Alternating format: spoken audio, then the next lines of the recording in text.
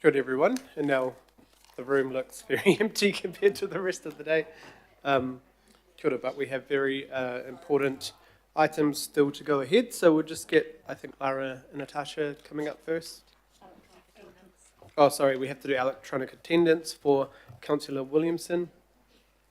I'll move. Any seconders? Okay, Councillor Henderson. All those in favour? Aye. Any opposed? No. Fine, Sage as well. Kia ora. So just to be, oh, Natasha, do you want to go through, that we're going to do them separately?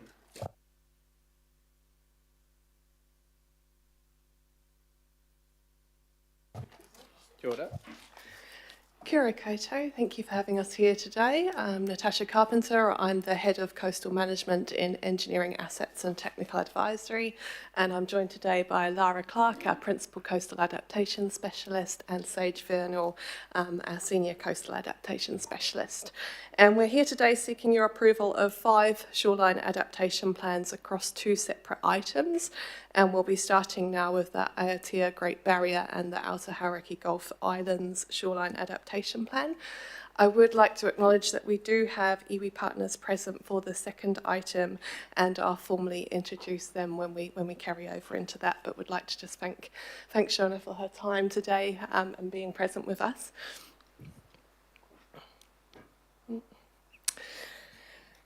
So we were here last month, so we will keep our presentation brief. The green reflects the areas of the Auckland region which have now been approved as shoreline adaptation plans across the region. So we are now with you on shoreline adaptation plans 10 to 14 through the 2 items. So a significant portion of the coast has been completed, and in the top right now we are looking at the Aotea Great Barrier Shoreline Adaptation Plan, inclusive of the Little Barrier and the Mokohinau Islands, which are a little bit amiss from that figure there, I apologise.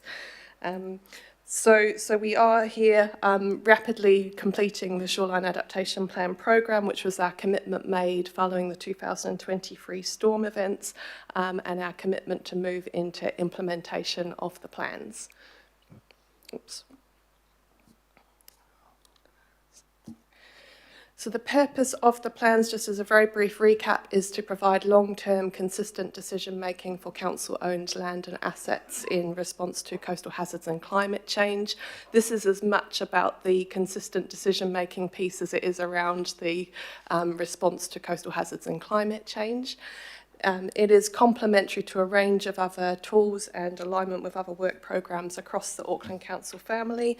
So we have our partners in Auckland Emergency Management focusing on the readiness and response piece, Resilient Tāmaki Makaurau, which has a number of work programmes focused on community resilience and social equity, and the Auckland Unitary Plan looking at private land through the Natural Hazards Plan change, where we've got the private property, land use and development pieces. So together these are quite complementary work programmes, and the SAP documents themselves are an important foundation looking at what is happening at our coast, what matters most, and what can we do about it in terms of those high-level strategies that then feeds well as a foundation into the implementation piece. So just to speak to some of the key matters in terms of how these documents are formulated, the scope is as agreed through the governing body post the endorsement of the Coastal Management Framework. In terms of coastal hazards, it's really focused on coastal erosion and coastal instability, coastal inundation, catchment flooding. All of this data that the shoreline adaptation plans are founded upon is our best and most up-to-date available information, which is also publicly available via the GeoMaps portal. And it is supported by a range of technical publications which are also publicly available on Knowledge Auckland and have each been peer-reviewed in terms of both the methodologies and the reports themselves. So there is a level of consistency in terms of how all this information is being applied across each of those work programmes beyond the shoreline adaptation plans and how they're using them in this work. Another key matter in the shoreline adaptation plans is obviously they're applying 4 key adaptation strategies over 3 changing climate scenarios. So we have maintain, protect, no action, and adaptation priority. Maintain is really focused on where we have existing coast protection structures and that commitment to continue to maintain them in good order, but also acknowledge that our coasts are dynamic, so where there are opportunities for localised realignment of structures and to provide for natural defences, it builds that capacity in. Protect is sort of the big brother to the maintain strategy and is really more robust in terms of looking at maintaining that coastline in a fixed location over time, so previously known as hold the line, so more of a provision for hard defence structures to hold the coastline in response to coastal erosion or coastal inundation and sea level rise.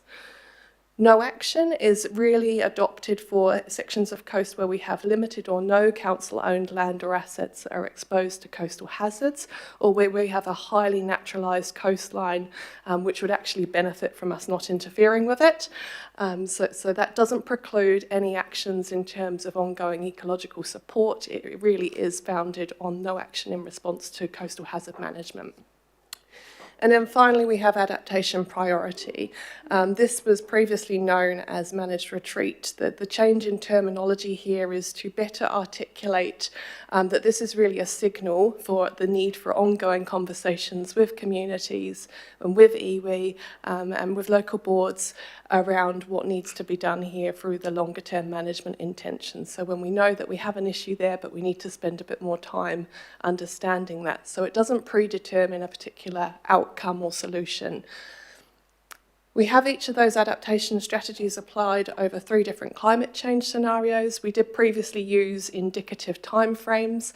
We've moved away from that to give a bit more assurance to the readers that this is around how we will respond to the climate change and uncertainty around that. So if we take the moderate climate change scenario there, for example, we're looking at 0.5 metre to up to 1 metre of sea level rise and the realisation of the 50-year coastal erosion line with climate change. So there are a nuance of built-in signals and triggers there in terms of the transition between these adaptation strategies.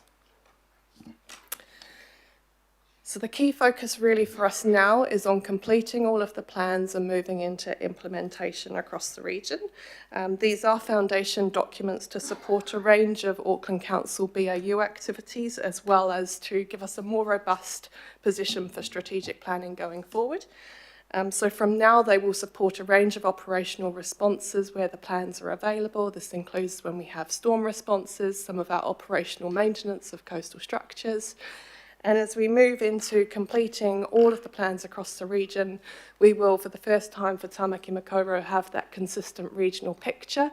That will enable us to support some of the prioritisation and to identify those future funding needs, particularly when we're looking at the strategies of protect or adaptation priority, where we know we need more support in terms of that engagement, but also in terms of funding to implement these strategies. And just to close out, a couple of examples of what implementation looks like from a capital works perspective. So here we have an example from Snell's Beach. Snell's Beach, the timber retaining wall there was damaged over the successive storm events of 2023. Through some of the foundation work in developing the shoreline adaptation plan for this area, we understood that the reserve area behind was really important for access to and along the coast, but that also the local community here really value the beach and access to the beach to go swimming. So through the renewal program, what we have here is we did rebuild the seawall, but it was locally realigned about 4 metres further landward to continue to protect the assets of value there landward in terms of the walkway, but also to provide more space for that dry high tide beach area. And it's been performing really well since it was constructed. And just to give you one other example, this is Browns Bay, so moving further south down the coast. Again, impacted during the 2023 storm events. We saw beach lowering in the order of over 1.5 metres, which exposed some legacy rock illegal structures along our coastline. Again, through the foundation of the Shoreline Adaptation Plan, we were able to recycle a lot of that rock into the area of the most critical assets. So we've got car parking and access further to the south.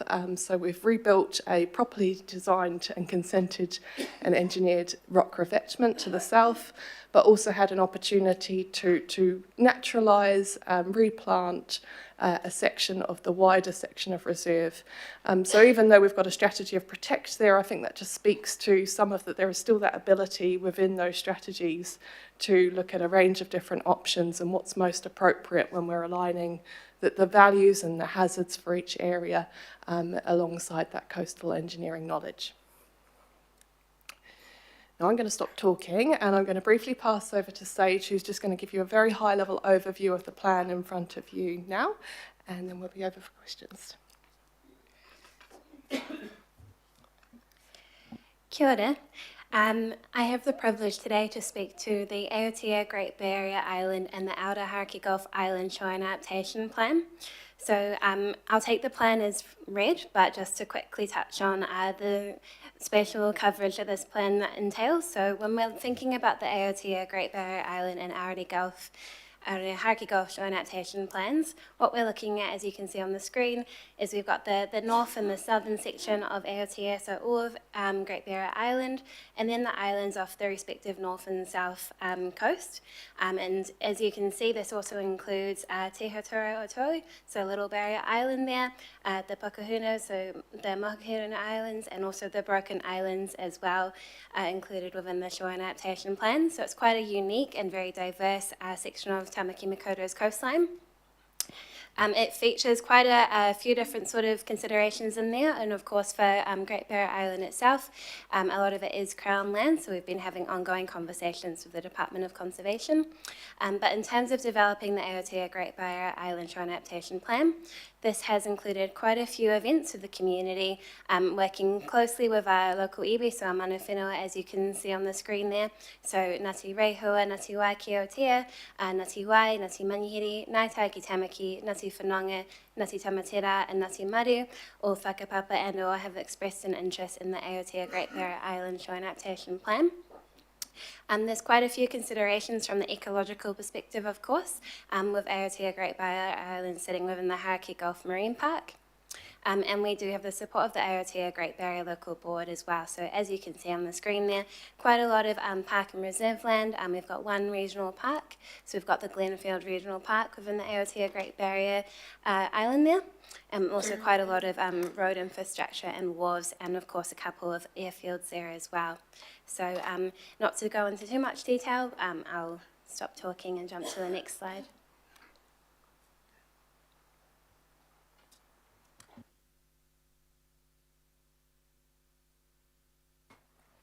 Awesome.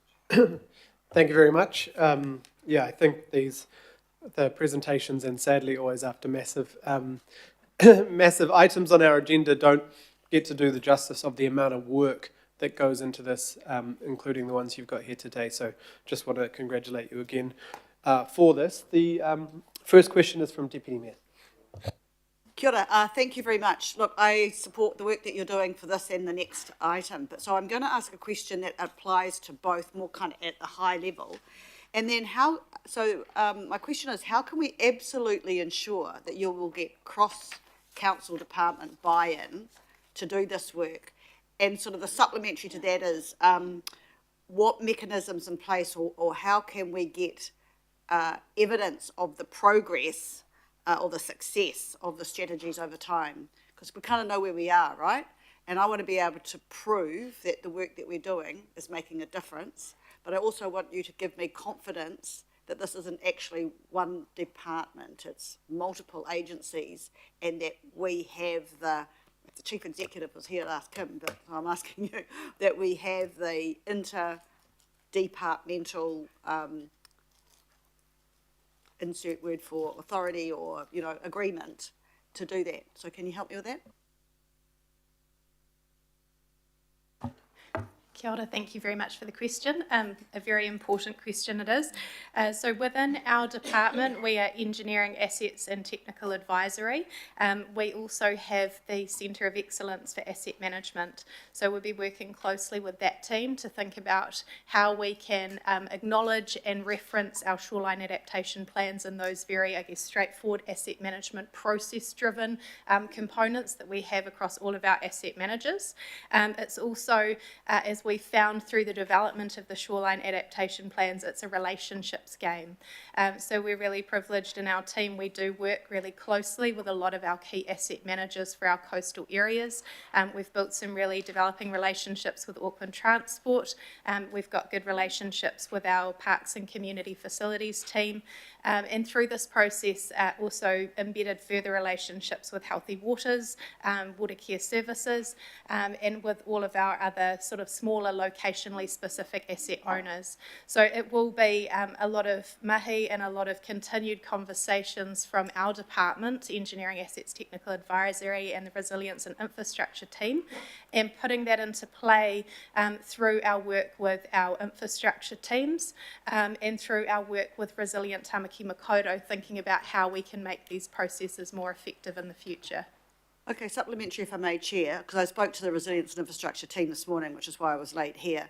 I think I'll throw this ball up in the air to whoever Mayor is going to pick it up. We absolutely need, I think, to have some KPIs or some evidence-based reporting back on this work. I absolutely support what you're going to do, but we need to prove that we're making a difference. So I'll just throw that up to a mayoral direction, but more importantly, if you could do it yourselves as part of inside that team and be able to deliver back to us, that would be really great. Thanks.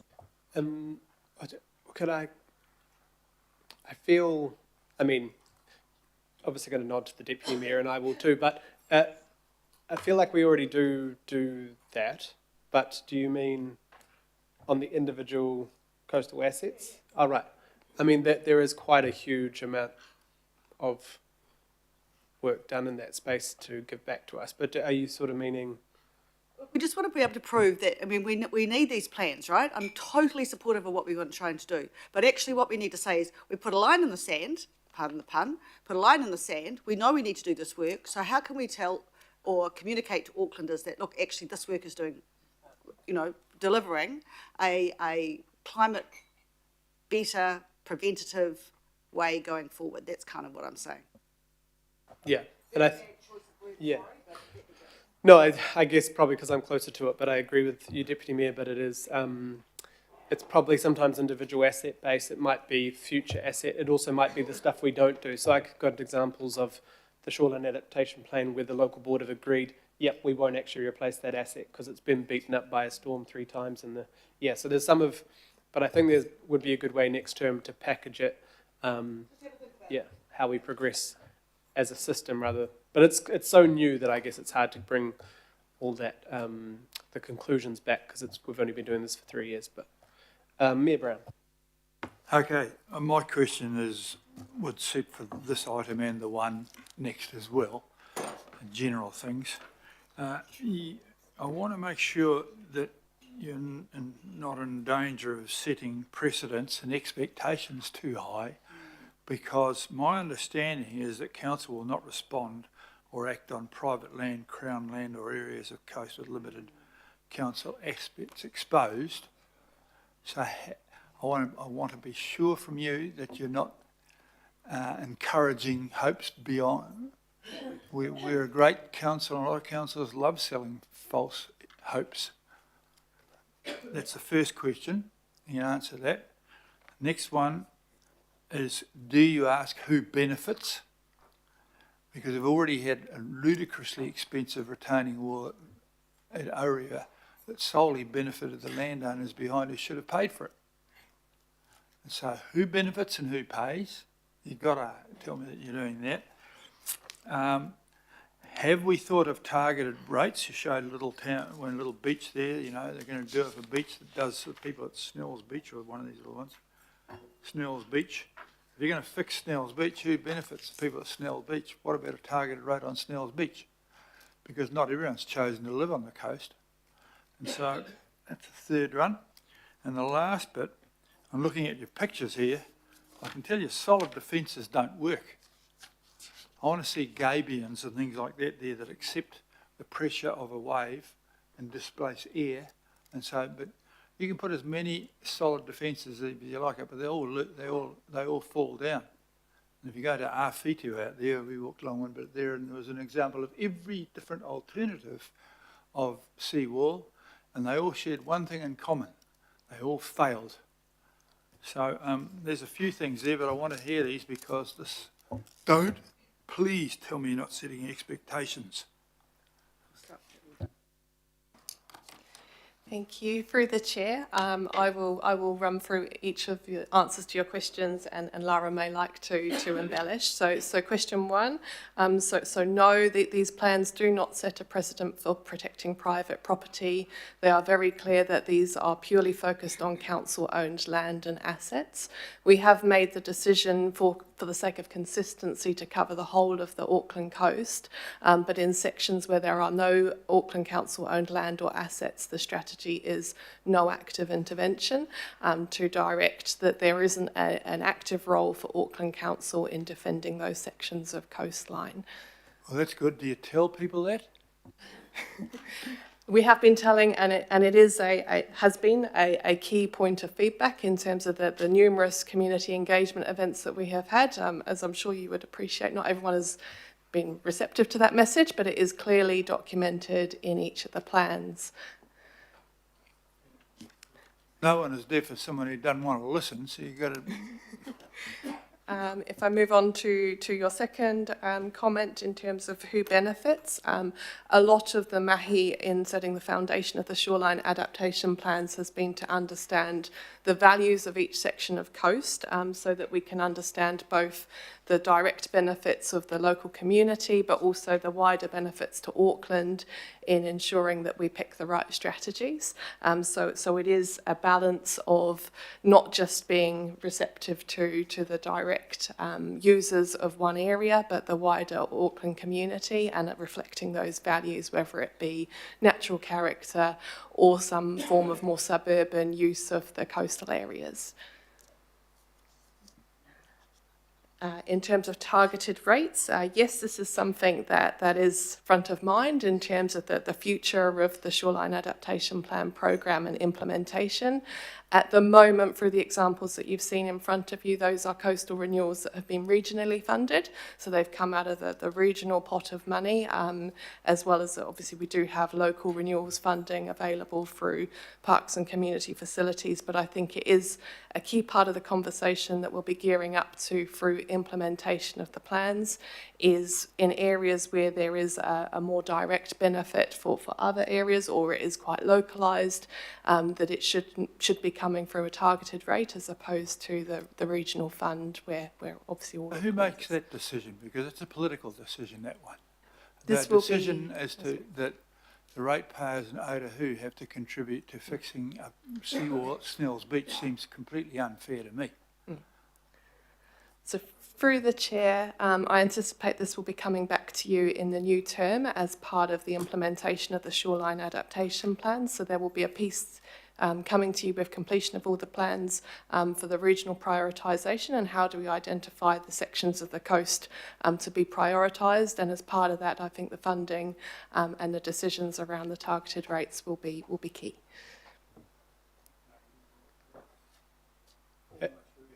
Most reassuring. The type of defence, coastal defence, because we've seen endless engineers come up with dumb things that don't work. Absolutely, I can agree that through my time in New Zealand, I've seen quite a manner of diversity of coastal structures. So you are correct that there is a need to understand the coastal processes and to select the right coastal engineering solution for the right environment, and that includes how exposed sections of the coast are to wave energy, how seaward facing or how much protection there is of a beach to a coastal structure, and correctly so you've identified that the rock revetments and those types of wave dissipating structures are more effective in areas where we have higher wave exposure. In the example I gave you of Snell's Beach, one of the main reasons that seawall was set back, the timber revetment that I showed there was set back, was to reduce that exposure to direct wave processes. So in implementing the coastal renewals and the shoreline adaptation plans, we have a team of coastal engineers that work very closely to make sure that we understand the coastal environment and select the right option. Yeah, well, the last bit of that is that you've got to remember and write down, cliffs grow backwards. So, you know, we cannot reverse natural geological processes, so don't try. Thank you. And I can promise you, Mayor, that often this team are disappointing people everywhere where the request is, please put in a seawall, and more often than not, this team is, we can provide some plants for you to help build something softer. I'd say the advice is often very clear on the good and the what not to do as well. Member Wilcox. Thank you, Chair. My question is basically, I've been through these plans before, and then when we get to a Environment Court hearing or something, we have our legal team saying they're just aspirational. So I want to know really how solid are these, or are these just aspirational corridor that, you know, sounds good but goes nowhere? Kia ora, thank you to the member through the chair.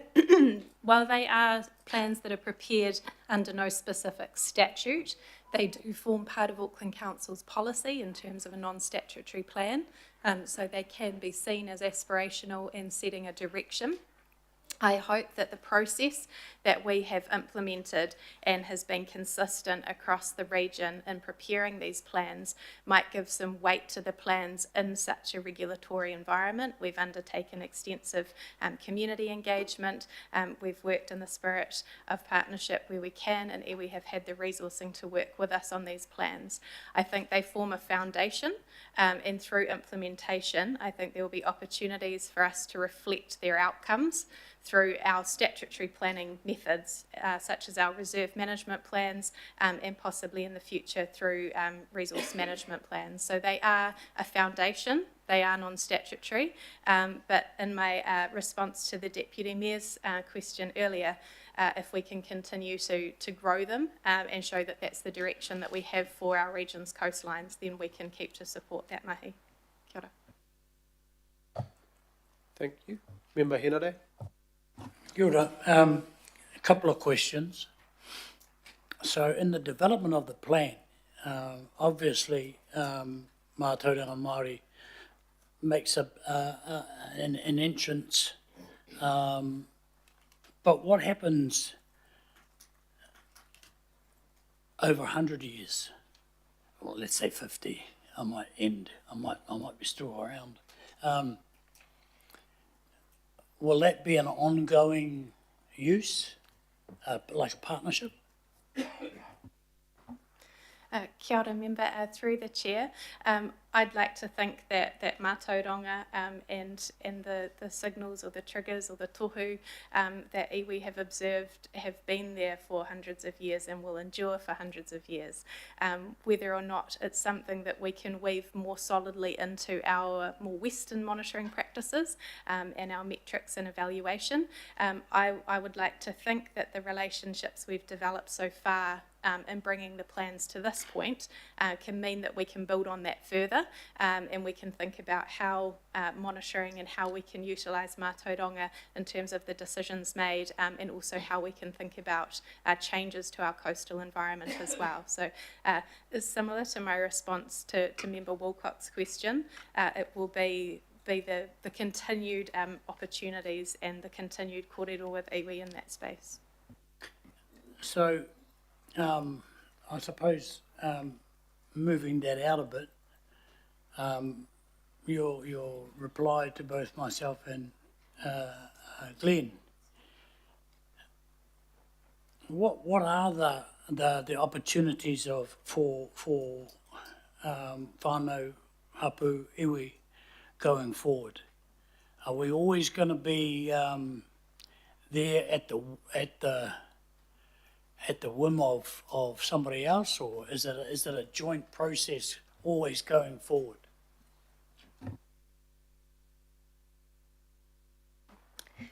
Through the chair, I'm happy to begin answering that question with Natasha and Lara's support. So I think as Lara sort of set out there, it's really about laying the foundation right at the very beginning in partnership with mana whenua, with the intention that we are setting out in the documents that sort of need for ongoing and early conversations and kōrero. So I think more than anything else, we all see as a team that this is really just the beginning of the journey. There's a lot of work ahead and a lot of commitment from our side to continuing those conversations and ensuring we're empowering iwi to lead in that space. So it's very much building the whanaungatanga, building those relationships up from the beginning, and the shoreline adaptation plans are that foundational point. And there is that connection there as well. Internally, we're having conversations for some of those other parallel work streams, like Resilient Tamaki Makaurau. They're also doing quite a lot of work with mana whenua across Tamaki Makaurau. So again, there's that commitment there. Lara might like to add to that one. Kia ora, Sage, through the chair. I have nothing further to add, although I acknowledge that in the second item, item 10, our iwi might wish to speak in response to that question as well, but I will leave that with Shona. Kia ora. You know, when you develop a plan and you go out and I was going to say negotiate, but work with hapu and iwi, do you ever think that, okay, politically, it might be a no-go area, depends on who's in government. Would it be better to enter into a proper arrangement with hapu and iwi, just in case we get a nut job government? Not saying that we do have, but just in case. Kia ora. I think in terms of the kaupapa of the shoreline adaptation plans, that's been very focused, I guess, on the coastal edge. There are lots of interrelated outcomes, whether it's for people or te taio or for the moana, where it would be really good to work collaboratively and have a much longer term future view. I think the best we can do with our shoreline adaptation plans and the scope that we have currently for those plans and our role in local government is to identify where we've got really key shared objectives for the future, and perhaps focus on the areas of togetherness in terms of keeping those front and centre, and hopefully documenting those in the plans where we can as that shared outcome. But I think within the scope that we have of the plans, that's going to be an ongoing question and a challenge for adaptation planning, which is going to take many decades to really implement in full as we see changes in the climate or in our coastal areas. But we'd sorry, just to add on to that, but we would expect that any asset or major change or move, we would go back and work with mana whenua, the relevant iwi, on that asset or that project or that, there's quite a lot of work in that space as well, right? Councillor Fletcher. The first question I've got is for you, Chair, and I realise my mind is not running as quickly as I want it to go today, but did we workshop this? The Councillor Fletcher, this is what number of these of the shoreline? We haven't workshopped it that I can remember. It's not common practice. I mean, we workshopped at the beginning of the shoreline adaptation plan process, and then I'll let the staff speak for it, but this is a program of, I think, 16, I can't remember the exact number of plans. We don't Let me ask my questions and then I can come back to that. Firstly, when did we agree that we'd change the language from managed retreat along the lines of the protection that we're talking about now, the adaptation priority areas and so forth? When did we agree to do that? Through the chair. So in terms of the language used with the program, really the greatest response we had from communities around the term managed retreat was following the 2023 storm events. So what we had, I guess, commenced with the program back in 2021 was the language that's used by the Ministry for the Environment. So that was the mandate set by the governing body at the time in terms of the scope of the program, was to look at that sort of best practice, best available information to use at that national scale. The response that we had from our communities was a lot of concern around that terminology. We looked at really carefully at what we meant by managed retreat, because obviously we have a huge diversity of coastline across the region, and we said really what we're saying here is that there is a risk, and when we look at our hazard extents, a considerable concern for how we manage the risk to council land and assets. And we will need further engagement, we will need further optioneering for multiple different types of assets to consider what we do here. So thinking about language, thinking about putting additional pressure and concern on some of these communities who'd experienced No, that. I get that. I mean, there's a sensitivity to it. Yes. And one is rather more blunt than the other. But, okay, so my next question is, and can I caveat it by saying, the last thing I want to see is council picking up the costs for things that central government should be paying for. So that lens is very much the forefront of my mind in asking you this question. But it strikes me as kind of crazy. If I'm thinking about the Hauraki Gulf, if I'm thinking about Aotea, how can, the oceans don't recognise the jurisdictions of local government or central government or private ownership. You've got, by virtue of the environment and climate and everything else, there does need to be some synergy in the policies that we are going to be looking at and adopting.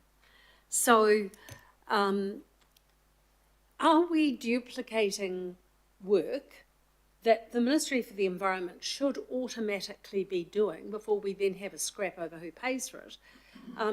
I guess I'm just wanting to ensure that we're doing this once and doing it properly, and not just, well, here's Auckland Council's response, then we get the Ministry for the Environment's response, and then private landowners. That's why I asked the question about workshopping, is how do we get to the point that we don't overreact, but nor do we underreact? But I remember after Cave Creek, for instance, the DOC went around and closed all these wharves quite unnecessarily that were absolute lifelines for island-based communities. So I'm perplexed as to why the lens on this work is very much just council-owned land. And we had a test case of that yesterday in terms of the Fix and Finish Fund within the Puketapapa local board. I mean, there will be parts that just are not worth reinstating. Cliffs grow backwards. I picked up on what the Mayor was saying there, and I agree with him. But are we getting ahead of ourselves? Like, why are we doing this in the absence of having DOC and Ministry for the Environment and everybody? And I ask that as a Hauraki Gulf Forum member. How can we look at this rather more comprehensively? So, I think how we got here is through the coastal adaptation plans that we approved, and then the 2022, I think, climate initiatives, we added funding to do the whole 3,500 kilometres of coast. Then we approved to do this lot of plans in last year's LTP, and I think the change of words have been the last few meetings. Because how many have we done now? Sorry. So through the chair, we have completed 9 shoreline adaptation plans since the programme's inception, and today we have plans 10 to 14 plus the mini shoreline adaptation plan for Te Waimanawa Little Shoal Bay. Okay, and so maybe I'm not wanting to be difficult on this, but I'm really I'm just concerned. trying to explain. I'm just trying to give the context for, this hasn't come out of nowhere. This is a long process. No, And if Natasha, if you could give maybe some indications of why we're here and how they interrelate with the government work and our feedback. Yes, absolutely. So through the chair, so this has been a long journey. This was a scope that was originally set by the governing body after the endorsement of the Coastal Management Framework in 2017. And really what was acknowledged at that time was that we still needed clearer direction from central government around the private property who pays piece. As part of doing that, we've taken a proactive view to look at council-owned land and assets in the first region. It aligns with what we currently have in the Ministry for the Environment, Coastal Hazards and Climate Change Guidance for Local Government, which was most recently updated in 2021. And I think it's worthy of acknowledgement that at the moment we are all, as local governments, in a space where everyone is taking this journey in their own slightly unique way. So if you look at Tamaki Makaurau's shoreline adaptation plans in comparison to Christchurch, each is slightly different, and that is really the challenge that we are each faced with at the moment in terms of the scoping and direction. There will be opportunities as these plans progress over time for them to encompass private land more directly, but at the moment we have a really excellent starting block for looking at our own land and assets and setting that precedent before extending it further. so I understand the importance of leadership in this area. I'm just wanting to make sure that we are not going to end up with duplication. The other concern that I've got is I just really want to make sure within the council's own whānau, like this is our CCOs as well. So if we were, and we're not talking about Maraetai today, but if we were talking about Maraetai and we were talking about coastal inundation and we were talking about the roadway and this would all be part of it for all of the CCOs, all of the areas for which council has jurisdiction or ownership. Yeah. Okay. And that was an important part of the Maraetai Beachlands Shoreline Adaptation Plan, and that road and the fact you would protect that harder than many other assets. So that's already been approved. But. Yeah, I don't want to pursue this any further, but just to say I still have a niggle here that we might need some further alignment with other parties, but yeah. Thank you. Councillor Turner. Thank you. Where am I? Oh, right, thanks, my notes. You answered the Mayor's question, first of all, we've got about 3,500 kilometres of coastline, I think you've said. What percentage of that, in loose terms, is council-owned land, the stuff that is in your scope at the moment? Through the chair, Councillor Turner, I'm afraid I couldn't give you a specific number or a percentage, although I would note that there would be land that immediately adjoins the coast, and we have a lot of either road reserve or esplanade reserve due to the way in which we have planning mechanisms which vest that with council. But we do also have a lot of coastal infrastructure such as roads in close proximity to the coast. So if we look at it from a New Zealand context, Auckland is the most densely populated, and so therefore we probably have the greatest concentration of assets at the coast for many areas across New Zealand, and certainly that's going to be differently spread across the region as well. So if I thank you, and you made me realise it's more than I thought.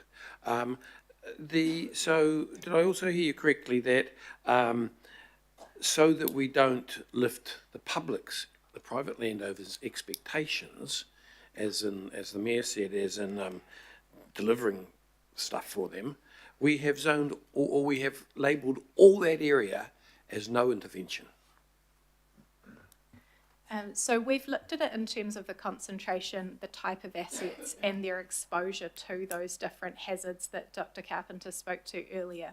So where we've got council assets, or we might have interventions like hard defences, or we might undertake beach nourishment or something like that within those areas, we will quite often identify that as maintain, and we will specify in the plans the actions that would be taken to support maintain, or the assets which we would be managing the risk in relation to. Where we have sort of almost no land or assets in some of our more rural areas, in those areas it would certainly be identified as no action, but we may also note in those areas where council may continue to advocate, as Ms Vernell mentioned, around ecological outcomes or cultural outcomes, but noting that there's very low risk to council land or assets in those areas. Thank you. But to just kind of make that simpler, people who've got riparian private rights are kind of got a blanket cover at the moment, which is no intervention. Is that correct?